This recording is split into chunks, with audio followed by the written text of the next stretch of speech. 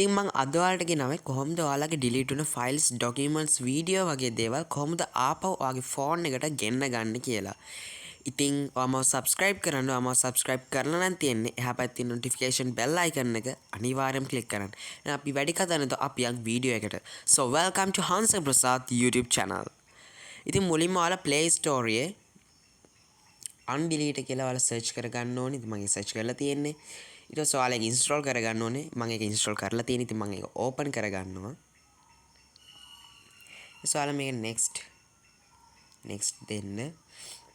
ඊට පස්සේ ඔයාලගේ permission එක ගන්න. ඉතින් ඒවා දෙන්න. ඊට පස්සේ image scan කියන එක දෙන්න. ඊට පස්සේ ඔයාලගේ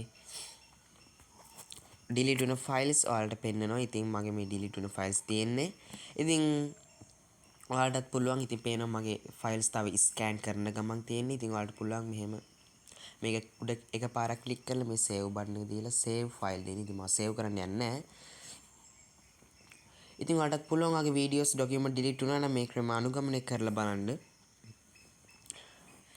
ඉතින් අද මගේ වීඩියෝ එක ඉවරයි. ඔයාම subscribe කරනවා. මම subscribe කරලා තියෙන හැපත් notification bell icon එක අනිවාර්යයෙන් click කරන්න. හැමෝටම සුබම සුබ දවසක්.